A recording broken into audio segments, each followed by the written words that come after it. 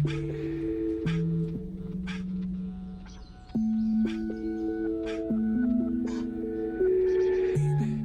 what up? It's Brad. Kicking it out here in Fayetteville, North Carolina. I'm on some random trail in a forest. We're just following this trail. We've been going for like a mile and a half, just like a nice little walk in the morning. And I wanted to shoot a video about what it really takes to achieve your goals, both long-term and even short-term, like a year, 5-year, 10-year goals, okay? So the first thing that I wanted to talk about is persistence.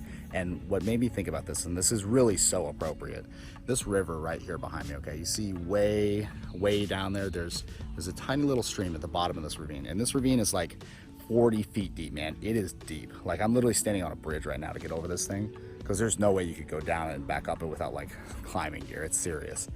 And the way that that ravine was formed was through, at the beginning, a little trickle of water just carving out a tiny little rut in the dirt.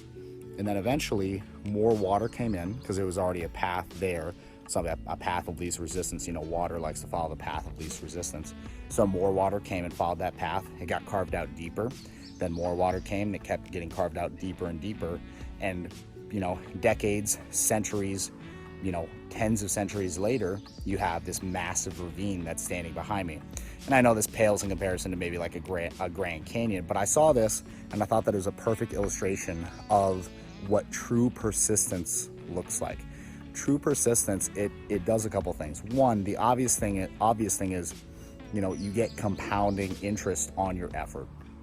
As you start to work towards your goals and you start taking the actions that are going to get you to your goals, it becomes easier to do those things. And actually, you're much like actually training in a gym, your ability to do tasks increases. You know, you have the same tasks, but now they're much easier to do. They feel like they're easier to do because your mental muscle, your discipline has been trained, and it's literally stronger. I mean, when you first get in a gym, a 20-pound dumbbell doing a bicep curl might feel heavy, but if you're a guy who's been in the gym for 10 years, you might be curling 100-pound dumbbells or squatting 400 versus, you know, you probably couldn't squat 100 to depth when you first started. So that's the first, you know, that's kind of the base level. What you also get on kind of a more like spiritual woo-woo energetic level is as you keep going, as you keep pushing towards your goals, you collect people. That's kind of like more water finding the path of least resistance.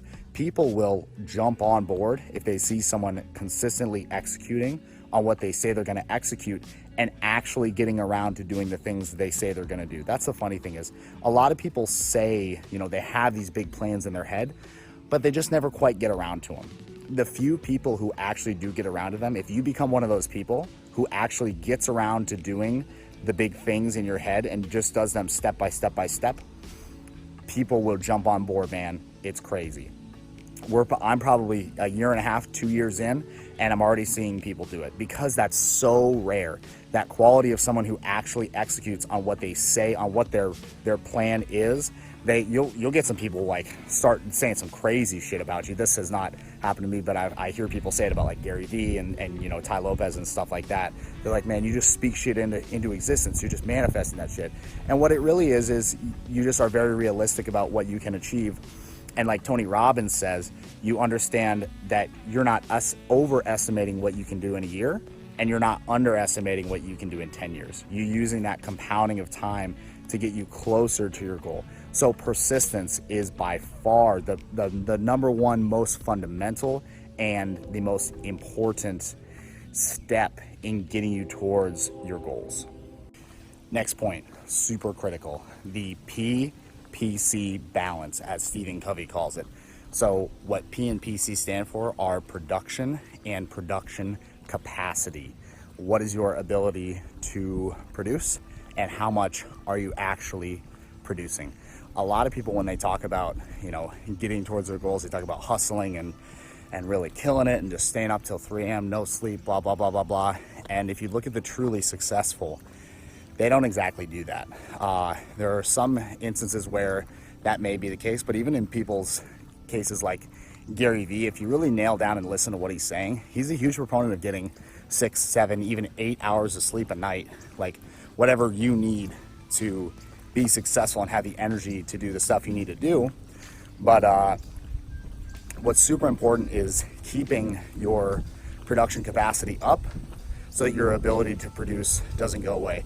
That's something that Stephen Covey talks about a ton in the 7 Habits of Highly Effective People. And he uses the example of the golden goose fable. And the golden goose fable kind of goes like this. There's a farmer who wakes up one day and his prize goose has laid a golden egg. And he's pumped. He takes it to the market, gets it appraised, 100% real gold, 24 karat. 2 Chainz buys it from him for like $1 million. The next day, he goes out. And this is the farmer that lives in Atlanta with 2 Chainz. And next day he goes out, finds another egg. The goose did it again. Does it for like 2 weeks. Golden eggs every day. But what happens is the farmer becomes impatient.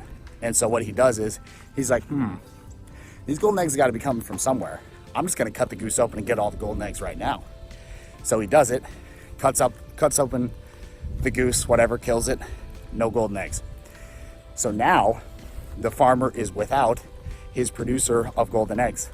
He tried to pull forward his results, and it resulted in him losing his PC, his production capacity. So because he didn't have a balance between production of golden eggs and PC, the production capacity, the goose, he didn't feed the goose, he doesn't have any more golden eggs. So keep in mind in your life, what is your golden goose? If it's you, if it's your business, if it's your relationship with your employees, feed that golden goose. If you allow the golden goose to die, you're fucked. You're fucked. For me, when I see, and we're getting a little bit of rain here, which is awesome, just out walking in nature a little bit. We're kind of in a more suburban area right now, but it's still nice. For me, that's my relationship with my employees and keeping our systems tight in our construction company.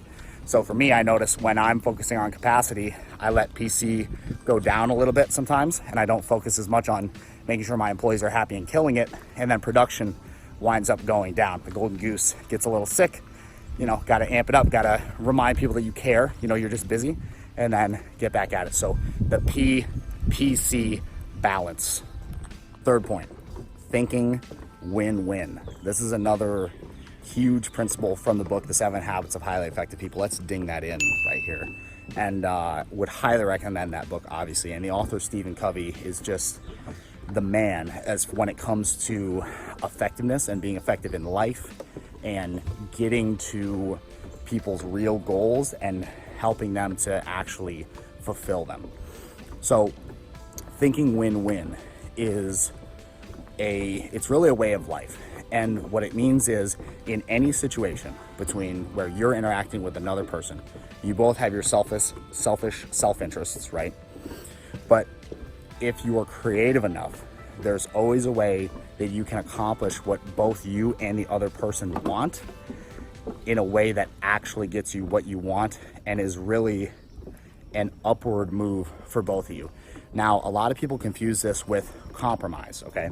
So a compromise is a partial win-win, but it's not true win-win. Truly being win-win means that in any situation where there's a choice and there's two people who seemingly want different things or are at odds with each other, one of you has to have the audacity to say, okay, let's put our differences aside and figure out what we really want and figure out a way to achieve both of those things. And it relies on what's called an abundance mindset versus a scarcity mindset. And an abundance mindset basically means that you think there's enough for me, there's enough for everybody else, life is awesome, let's go up and win together. Now, probably the best way to explain thinking win-win and not going for compromise is actually a Buddhist philosophy of what's called the middle path. So in any situation where two people seem to be at odds, there can be either the one person's way or the other person's way, or what's called the middle way or a higher way. And really, this all depends on what I just talked about, the abundance mentality and being able to really nail down what it is that you want and what it is that the other person wants, not on a surface level, but at a deep, fundamental almost spiritual level. That's really what it comes down to. And I found that, just like I was saying before, when you're on your path and people start jumping on, they will only do that if you are a win-win person and they think that being involved with you is going to be a win for them and a win for you. People generally, as much as, you know, a lot of people say, oh, I don't really get along with people, I don't really like people, people are bad, blah, blah, blah. I have found that to not really be that true. I've actually found that most people are very nice. They just kind of reflect whatever it is you're projecting towards them. If you're a nice person to them, they tend to be a nice person to you. Obviously, there are exceptions. There are psychopaths, you know, that happens. There are mass murderers, I'm not denying that. But generally, most people, pretty nice, and they love being win-win. So you have to apply this, even if you don't even have crazy goals, just for your own sanity and peace of mind and happiness in life. Try being win-win. The next time you're at odds with someone, try to find a way that both of you can genuinely get what you want without either of you having to sacrifice or coming to some bullshit compromise. I know that compromise is generally seen as a good way of getting things done, and historically it's very common that, you know, people, you know, countries will come to compromises after wars and shit like that, and it's a very popular way of settling differences. But if you can get to the point to where you're win-win and you're finding that middle way in all situations, it really can get quite crazy. And you'll be able to do things with people that you never thought was possible. So think win-win. That's a huge, huge hack. Last huge part of this, in order to be successful long-term, I'm talking, you know, 5-10 years, it has to be a sustainable process for you. And a lot of people struggle with getting past 2, 3, 4, or 5 years because they're not doing something that's authentic to them. That is the last point. Do something that is authentic to you. You have to feel, I mean, God, if I could transfer the feeling in my body right now of how strongly I feel that you have to feel great about what you're doing in order to do it for a long time and make a great living at doing it, or achieving your goals, or whatever you're trying to do, I literally think that this is the biggest fundamental piece that is missing from most people's lives and is firmly in place for anybody who's really crushing it. I think they definitely get this part right first, and it becomes the bottom foundation of the pyramid from which they're able to go way, way, way up. And yes, I did say pyramid, Illuminati confirmed. But aside from that, this is the whole key. If you don't feel great about every decision you're making on a day-to-day basis, and the system that you're in, and the fundamental basics of what you're selling and the tenets behind it, you're not going to believe in it. You're not going to be able to speak with power about it. That's a bigger thing, is this robs you of your power. If you don't have this set, you don't have the oomph behind what you're trying to do. You're not going to be described as dynamic. The amount of people who describe me as like dynamic when I'm like talking about what I do, what I like, kind of our spiel, especially the Home Love construction side, because that's a layup. That's a no-brainer for me. I'm so involved in the day-to-day operations, and I feel so good about the product we're producing that I'm able to sell that with such like force and gusto, and I have no holds barred. I have no shame in walking into somebody's house and being like, your bathroom's going to be $25,000. It's going to be exactly what you're looking for, and I'll warranty it for 5 years, no questions asked.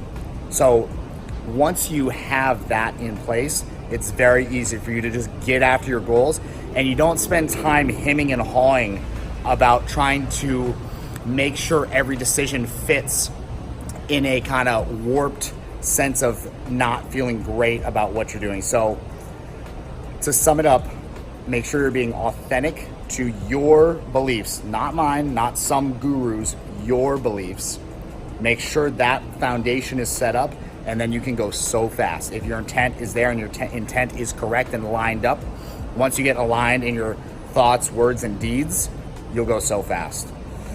Thank you so much for watching the vid. If you appreciated what I was putting out and you like this and you want to see more of it, hit the subscribe button below and then hit the bell symbol next to that. That will notify you whenever I'm putting out a new video. As you can see, we're putting out a lot more. I'm vlogging through the summer while I've got Apollo with me while he's out of school, taking advantage of that. He's got a great summer job following moi. And really stay tuned, because this is just the beginning. You know, I'm 26. We're just getting into this. There's so much more that I have to learn and that I have to share with you. And really, I think you're gonna get a ton of value out of everything that's going on here. Hit the subscribe button, throw a like on this video, and share it with a friend. I'll see you in the next vid. Peace.